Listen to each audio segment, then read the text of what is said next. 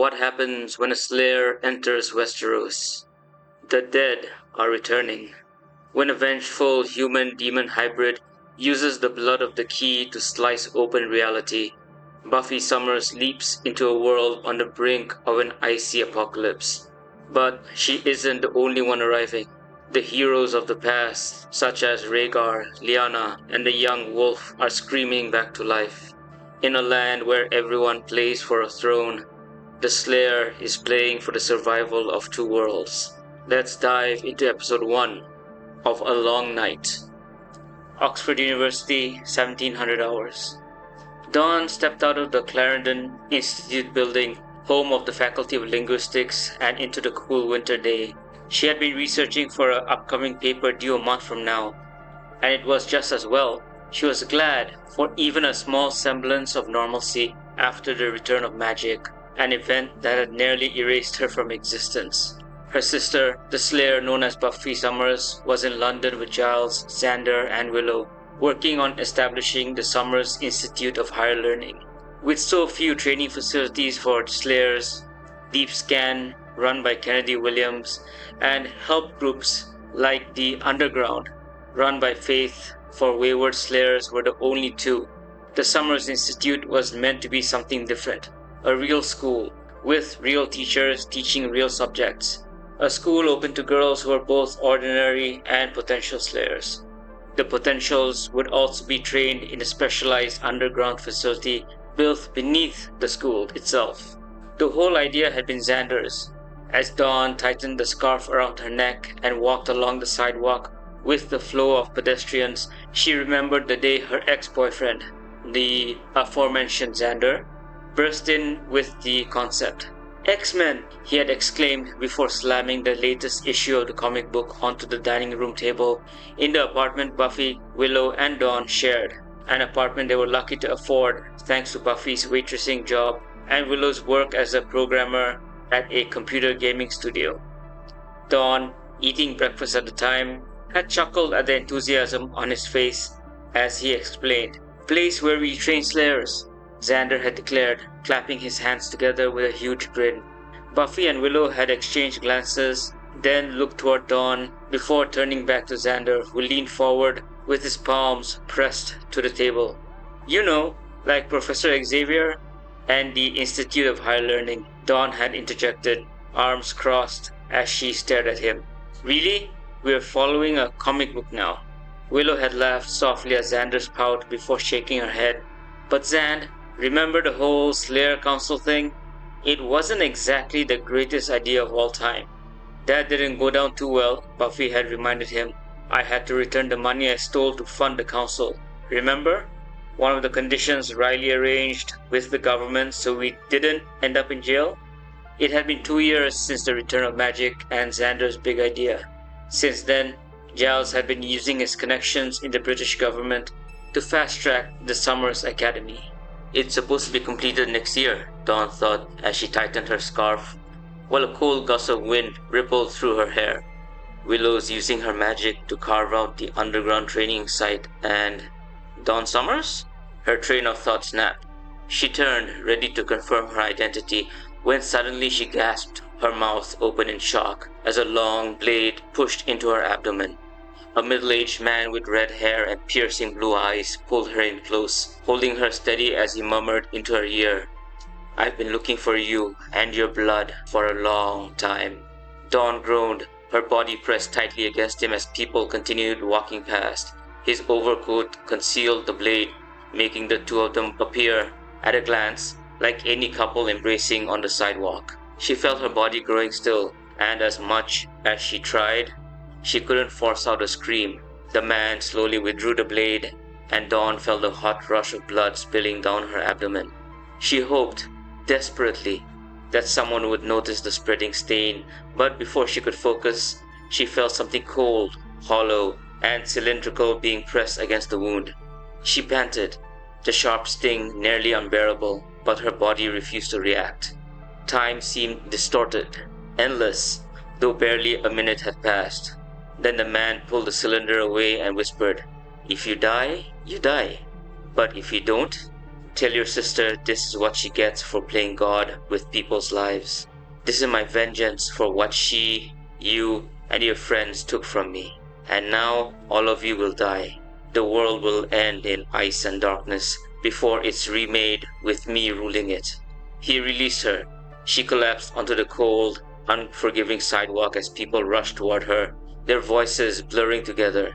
The man stood above her for a moment, grinning while he screwed a cap onto the wide cylindrical jar now filled with thick red liquid.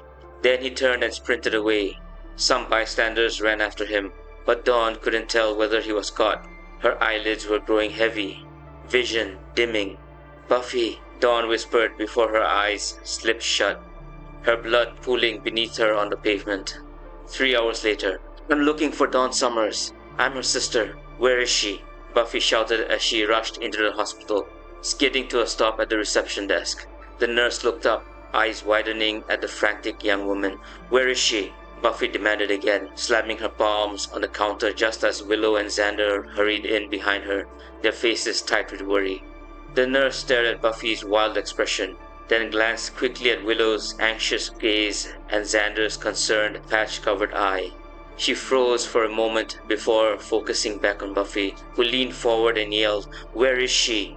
A security officer began walking toward them, just as Willow gently grabbed Buffy's shoulder, trying to steady her. Xander leaned forward, his voice calm but strained. "This is Buffy Summers," he explained, gesturing toward the blonde whose breaths were coming in sharp, uneven bursts. The guard stepped up beside the desk and asked what was happening. "We received a call that my friend's sister was admitted to this hospital after an attack a few hours ago," Willow clarified, glancing between the security officer and the nurse. "We were in London when we got the call and Buffy's really worried." "May I have the patient's name?" the nurse asked gently. "Dawn Summers," Xander replied, just as the lobby doors slid open again and Giles rushed in, slightly breathless. "Buffy, Xander, Willow, where's Dawn?" "Sir, are you with this group?" the security officer questioned, raising a hand slightly to stop Giles from pushing forward.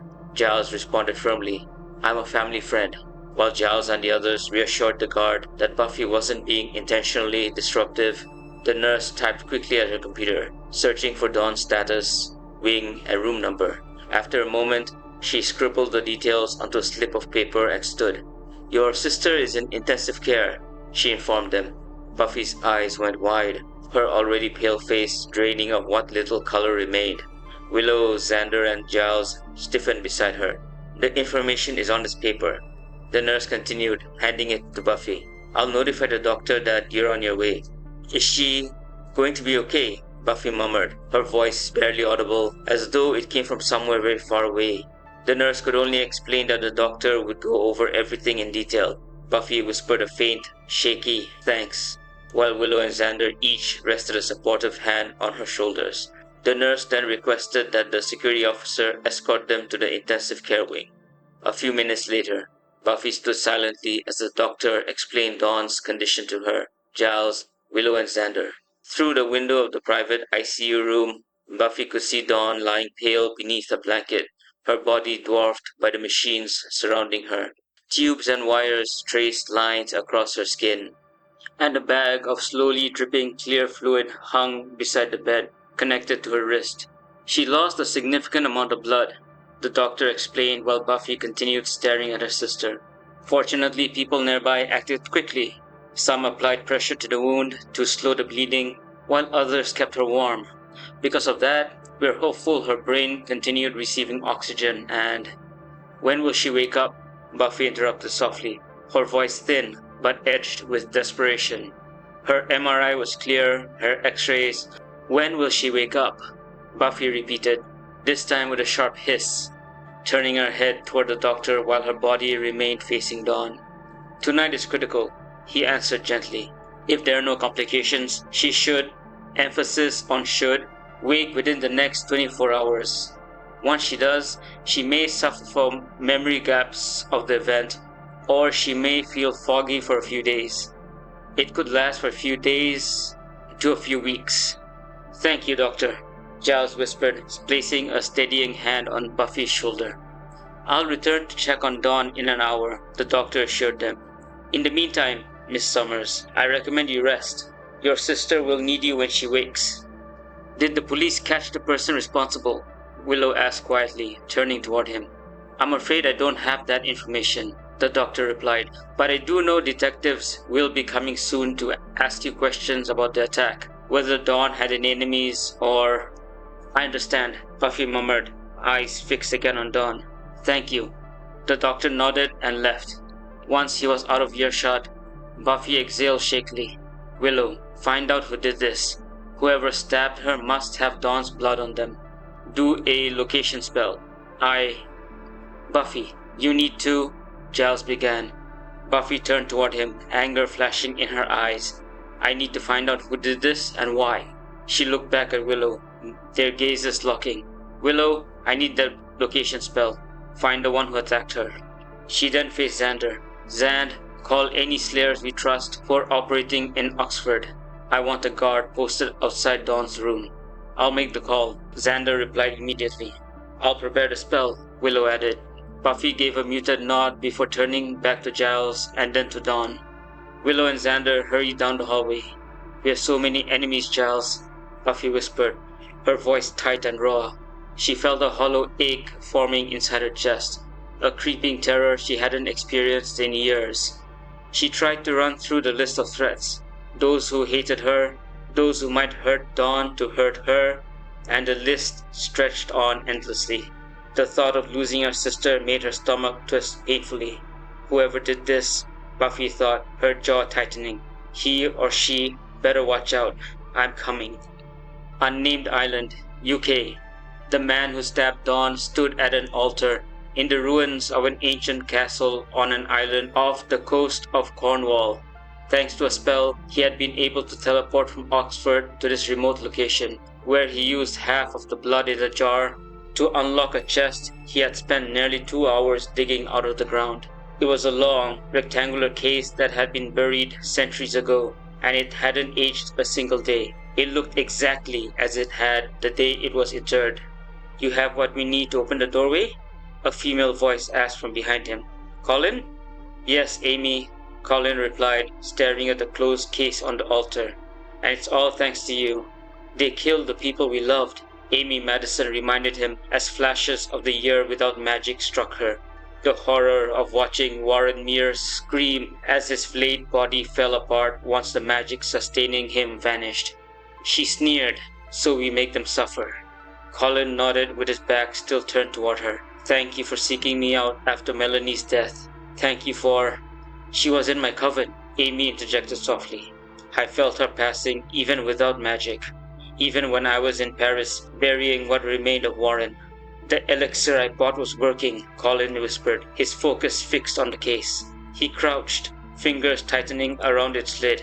She was getting better by the minute, and then— Buffy destroyed the seed of wonder, Amy murmured, her expression darkening. "She wiped out all magic from this realm, and Melanie suffered," Colin breathed as he opened the case to reveal a brushed metallic sword. Its blade was etched with runic symbols traveling down its gleaming length. He reached into the case and wrapped his fingers around the leather-bound handle. He continued, "She would have lived. I saw the magic work. I saw her getting better, and then—" "The magic in the elixir failed," Amy finished with a nod as Colin rose to stand. "She withered away. She screamed in pain for 2 days straight," Colin continued, turning toward Amy. "The witch who performed the ritual said the elixir became poison in her body. Then—" His voice cracked. Shaking his head, he picked up the jar and handed it and the sword to Amy. "It doesn't matter now. Do what you have to do. You already helped me with the first part of my vengeance. Now finish it." "What you're asking for will bring on the onset of darkness," Amy continued, narrowing her eyes. "Are you sure? I'll protect myself with magic, but—" "With this sword," Colin murmured as his eyes turned yellow and fangs extended, "and with the demon you grafted into my soul, I will command an army of the dead." "With Dawn's blood combined with the sword's magic," Amy explained, "you can tear open a gateway to the other realm you saw in your dreams.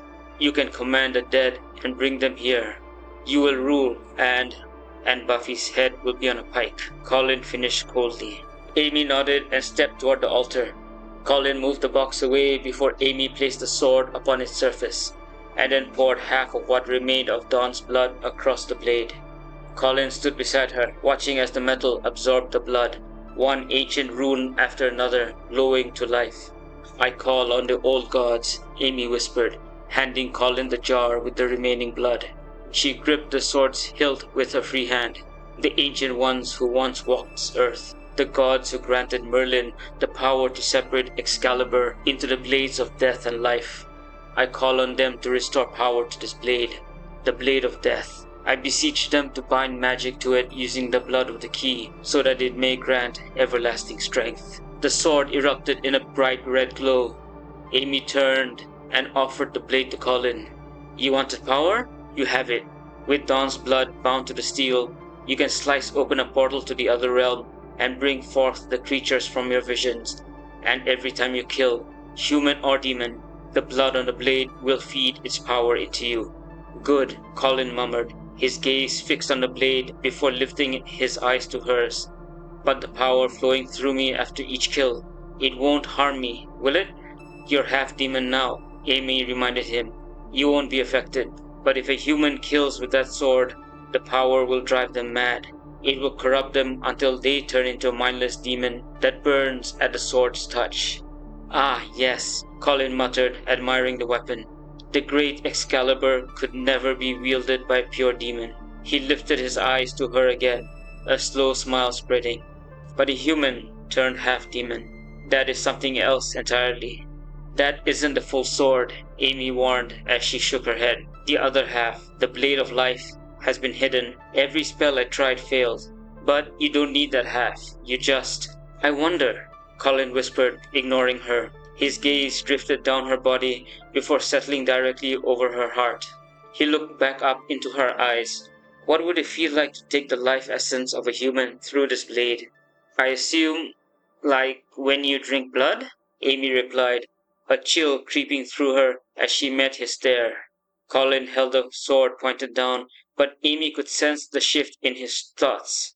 She wondered if she would survive what was coming, if she had made a fatal mistake in her quest for vengeance. She remembered meeting him in Paris after the witch who tried to cure his wife, Melanie, had connected them.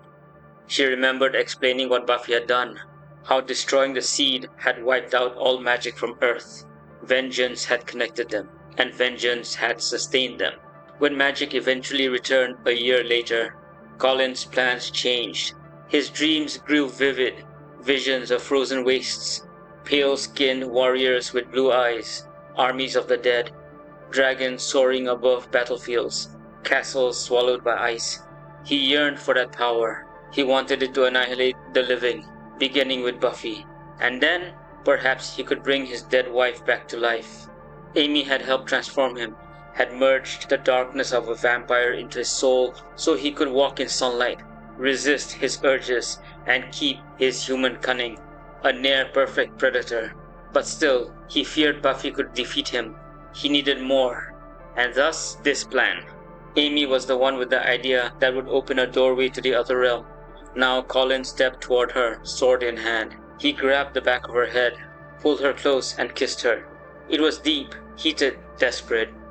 But when he pulled away, Amy whimpered, unaware of the betrayal already forming in his mind. "When you want to return with your army," she whispered eagerly, "just swing the sword. Portal will open here." A sudden gust of wind whipped across the ruins. Both turned toward a blue tear forming in the air, its edges rippling. Amy frowned. "It's Willow," she breathed. "I can feel her magic." "Come with me, darling," Colin murmured. He raised the sword toward the tear. Amy's smile widened as she dropped her defenses, expecting him to slice open the air, to take her with him into the realm of his dreams where they would work together. But just as Willow and Buffy, clad in a black tactical suit, stakes strapped to her thighs, a sword on her back, and a dagger on her hip, burst through the portal, Colin spun and drove the sword into Amy's chest. Amy stared at him, horror overtaking her features. "I'm bringing my wife back when the darkness comes," Colin whispered. "I don't need you. It'll be me and her." "Amy!" Willow shouted in surprise and shock. gathering a blast of swirling blue and red magic in her palm. Buffy sprinted toward Colin, ripping the sword from its scabbard on her back. Willow fired the blast, intending only to immobilize him, yet Colin held up the blade, absorbing the magic into it with ease. Amy collapsed to the ground, bleeding heavily, her sight dimming. She saw the jar still in her hand. With the last of her strength, she teleported it to Willow, who glanced down and then back at Amy in shock. Buffy leapt, swinging her sword at Colin with all her strength. He ducked, gliding left while she was still airborne, then rose behind her. In one swift motion, he grabbed her collar and hurled her backward into Willow. Oof! Willow grunted as Buffy crashed into her. Colin kicked Amy onto her back and stabbed the sword through her chest a second time. He smiled as the blade drew in her life force, the power racing into him. Buffy and Willow stared in stunned horror as Amy's body shriveled into a dried husk. Colin yanked the sword free and stepped back. Slayer, he sneered at Buffy. Who are you? Buffy demanded, falling into a guarded stance while Willow gathered another spell. Willow's locator spell followed Dawn's blood here. Why did you stab my sister? Why did you try to kill her? Enjoy the time you have left, Colin hissed with a manic grin. He slashed at air to his left. A tear in space opened up and he leapt through it. Buffy and Willow stared in disbelief as the tear began to shrink, but Buffy ordered Willow to keep the tear open. Willow nodded as Buffy rushed toward the tear. Willow strained, using all her power to hold it open long enough for Buffy to give chase. But even the most powerful witch on Earth couldn't overpower the sealing tear. Find out what he did, Buffy ordered, voice tight with fury, and find a way to bring me back. She ran full speed into the shrinking tear just as it snapped closed. Buffy! Willow cried as the portal sealed. She panted, wide-eyed, then looked down at the jar with some of Dawn's blood still remaining. She tightened her grip on it before opening a portal back to the hospital, where Giles and the two Oxford Slayers, Renee and Carol Ann, were guarding Dawn. Unknown regions between realities. Once Colin tore the fabric between realities using the combined powers of the key and the sword, the backlash, the massive surge of energy required for such a deed, was felt instantly by the beings known as the powers that be. At least, that was the name they carried in the Earth realm. In other realms, they were called by many titles. In the realm Colin's tear opened into, some of the powers were worshipped as the old gods of the forest. Others were revered as the new gods of the Seven. There was also the many-faced god, the Lord of Light, and countless more. All of them turned their gaze toward Earth, their vast cosmic forms trembling at the unnatural rupture that had just been created. It was then that they witnessed a flash of light, a violent burst of white radiance that sent a shockwave rippling outward through every dimensional wall. The powers were aware of the others, the White Walkers, advancing through another realm. The people there would fight, but they were destined to fall, not because they lacked strength, but because their divisions ensured defeat. But now the powers sensed one of their champions from the Earth realm stepping through the tear, chasing the one who had opened it in the first place. They felt the dead, friends and enemies alike, stirring awake in that other world. They sensed a shift, something monumental enough to give humanity a chance at survival. All they could do was watch and wait. The Trident, Westeros, 17 years ago. Rhaegar felt his ribs shatter. He could feel his own bones breaking inward, piercing his heart, lungs, and other internal organs. The pain, though lasting only a second in real time, stretched into hours within his mind as Robert Baratheon pulled back his warhammer, rage contorting his face. Rhaegar was thrown backward, the rubies adorning his chestplate scattered, tumbling into the waters of the Trident as the warhammer struck with devastating force. He felt the cold, crimson-streaked water envelop him as he hit the river, the blood quickly turning the surface a deep red. His eyes locked on Robert, who bared his teeth in a feral grimace before turning and limping away. Even in that moment of agony, Rhaegar sensed that Robert too was badly wounded, and his last conscious thought was a grim hope that the usurper would fall as well. As darkness began to close over him, his thoughts drifted to the people he loved: Lyanna, Ilya, Aegon, Rhaenys, forgive me. Rhaegar drew his final breath. When the darkness took him completely, it felt like drifting into sleep, floating in an endless void. That is, until a sudden flash of blinding white light tore through the nothingness. The brilliance forced his eyes open, and a surge of energy coursed through his body. Then came the disorienting sensation of falling. Darkness swirled around him, heavy and all-encompassing, until he became aware of his physical body again. He looked downward to see a small point of light rising toward him, and he screamed. Dawn, Westeros, 17 years ago. Promise me, Ned, Lyanna whispered, taking a shuddering, forced breath as she looked up at her older brother who cradled the baby she had just given birth to. You know. Her eyes filled with tears, her body beginning to go numb. The faint scent of winter roses kept in a vase near the side of the bed reached her, a bed now soaked in blood, the weight of it pressing down on her senses. Lyanna knew her time in this world was slipping away. Promise me, Ned, she repeated, her voice trembling, almost a plea.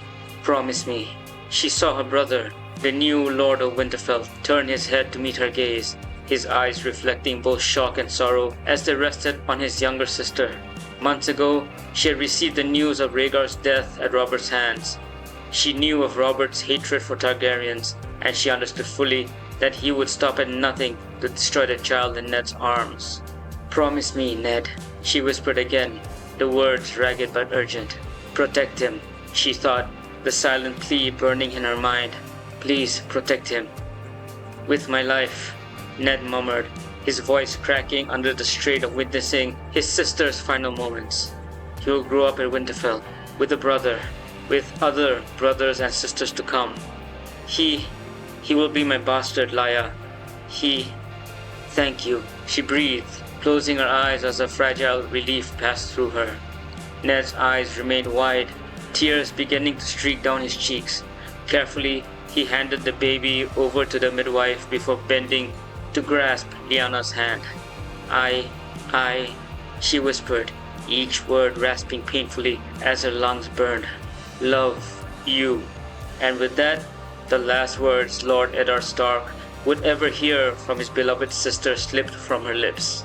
It was then that Howland Reed arrived, rushing up the stairs of the tower and bursting into the room. He froze at the sight before him, horror rooting him to the spot. Gently, he pried Ned's hands from Lyanna's lifeless one, silent and respectful. Reed would carry the secret of what he had witnessed in the tower, the truth of the baby, deep within him for years to come. And Ned would honor Lyanna's dying wish, raising the child as his bastard, Jon Snow. As for Lyanna, the darkness claimed her. Her body seemed present yet detached, floating in an ethereal void, suspended between life and unknown. Suddenly, a surge of energy coursed through her, a shiver that rippled to every corner of her being, followed by the dizzying sensation of falling. When she opened her eyes, a blinding white light hurtled toward her, overwhelming everything else, and she screamed. King's Landing, 17 years ago. Rhaenys remembered screaming under the bed. Her mother had told her to go to the secret door that lay beneath it. Elia had instructed her daughter to follow the tunnels where the little birds would be waiting to guide her away to a ship in the water. Rhaenys crawled toward the grate, her small hands reaching out as she saw the eyes of one of the little birds, a child slightly older than herself, peering through, preparing to lift the grate so she could slip inside. Suddenly, a scream of anguish tore through the room. Fear gripped Rhaenys' heart as her ears registered the sound. Then came a disgusting, wet splotch. She turned around in terror, crawling away from the little bird's outstretched hand. From beneath the bed, she witnessed the man known as the Mountain slam the blood-covered body of her baby brother against the wall. Rhaenys screamed in horror. Her stomach churned as she realized what had just happened. As the Mountain turned towards the bed, she scrambled toward the open gate, desperate for the safety of the child waiting to help her. She was almost there, her fingers brushing his arm, when the Mountain's hand shot out and grabbed her ankle, pulling her violently from beneath the bed. She stared into the horrified face of the little bird for a fleeting moment before the Mountain's fist struck her repeatedly in the face. Pain exploded across her skin as she was slammed onto the bed, tears streaming down her cheeks.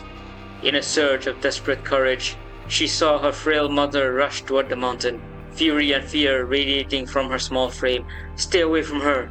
Elia screamed, her voice crackling with rage. The mountain swatted her aside as if she were nothing. Rhaenys shrieked in terror when he turned back toward her, raising his enormous sword high above his head. She and her mother cried out in unison, their screams mingling in the air. But before she could even comprehend what was happening, the sword descended. Rhaenys' eyes widened, her mouth forming a small, helpless O as she gasped for breath.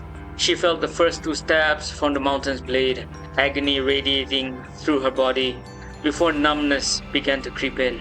Blood filled her mouth, running down her sides, choking her. Her mother's screams continued in the background, a sound she barely registered as darkness finally claimed her. Then, as if she had slipped into a deep, endless sleep, Rhaenys felt herself floating. The world around her seemed distant, her body weightless. Suddenly, a blinding flash of light pierced through the darkness, and she saw a wave of energy wash over her. She began to fall toward a brilliant white light, and terror surged through her once more as she screamed, unable to comprehend what was happening. The twins, 3 years ago. The Lannisters send their regards, was the last thing Robb Stark heard before Roose Bolton's blade pierced his heart. It was the ultimate betrayal, the Freys attacking the Starks and their allies under Guestright.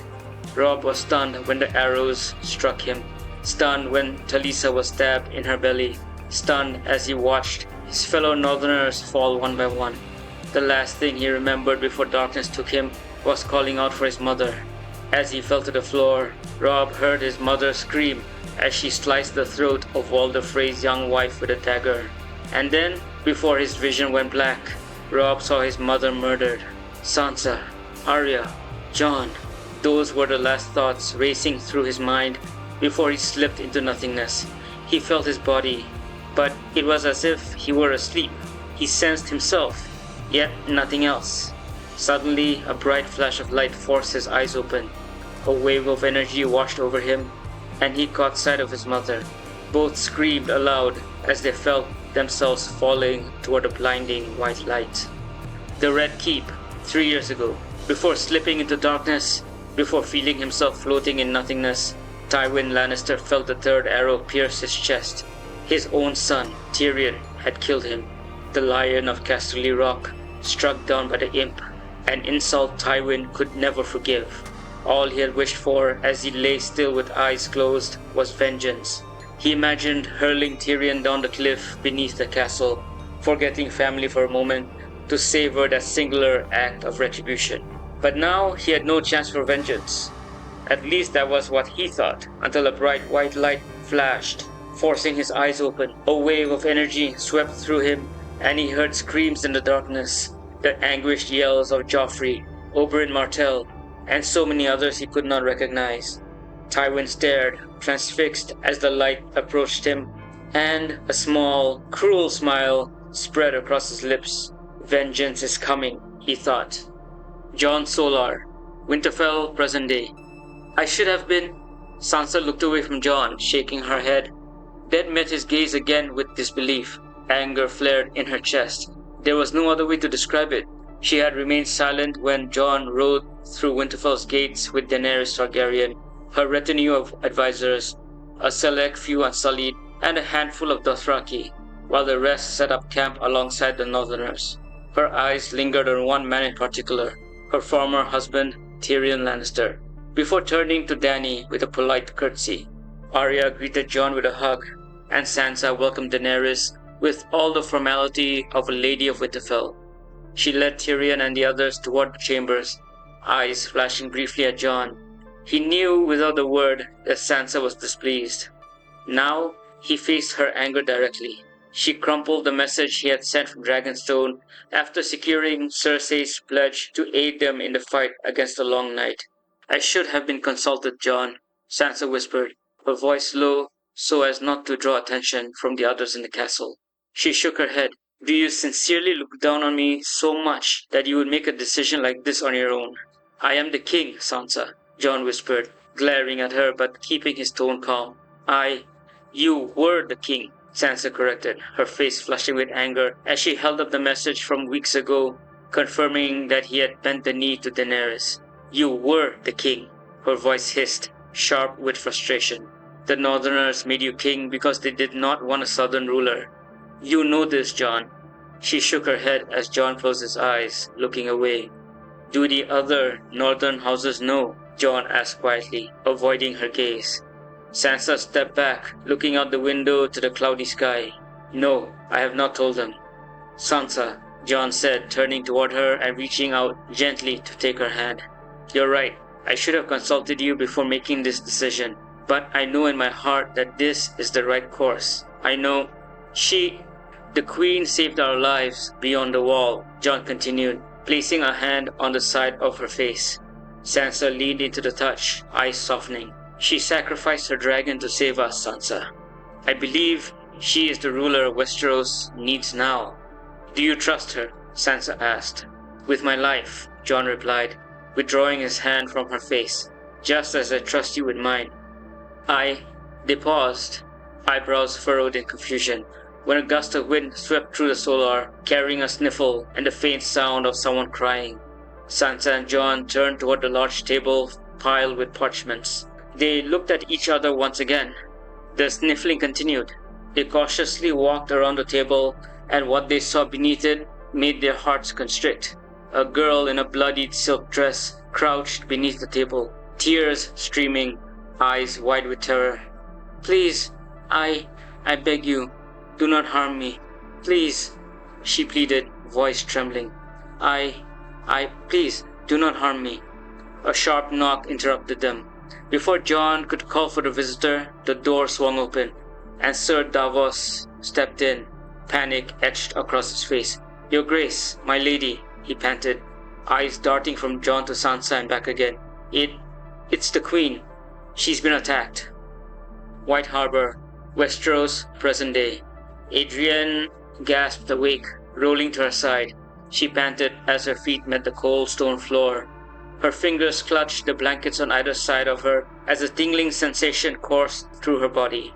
She recognized it somehow, like a long-lost friend, but the name on the tip of her memory remained just out of reach. She rubbed her forehead, hoping the strange tingling would subside. Mother? A soft voice called from the wooden door of the home that faced Newcastle, seat of House Manderley. Adrian's husband had served as one of Lord Wyman's personal guards during Robb Stark's campaigns, but had died at the Red Wedding, leaving her a widow with 2 children, a boy 15 and a girl 11. Come in, Adrian replied, carefully wrapping the blanket around herself. The door opened, and a girl in a blue and white dress with curly black hair and green eyes rushed inside, throwing herself into her mother's arms. Good morning, Cara, my sweetling, Adrian said, smiling as she turned to her son. Good morning, Dorian. Even as she embraced her children, the tingling sensation continued to pulse through her body. Taking a deep breath, she tried to focus on the day ahead. The family was to travel in a convoy carrying provisions, fish, poultry, pork, and vegetables to Winterfell. Adrian could feel that something unusual was happening, especially with Lord Manderley's call for the small folk to take shelter at Newcastle. However, Adrian would not be joining them. After we break our fast, we will gather our belongings, Adrian instructed Cara, meeting her daughter's gaze. In the meantime, you'll help your brother pack the fish we caught this morning in salt. Yes, Mother, Cara said, grinning as Dorian ruffled her hair. Now go, both of you. Adrian nodded toward the door. I will join you shortly to break our fast. Yes, Mother, Dorian replied, and the 2 children hurried out. Adrian sighed, looking down at her arms as the tingling sensation finally ceased. Confusion and unease filled her thoughts. Why was my body tingling? And why does it feel like I should remember something familiar that I cannot? To be continued.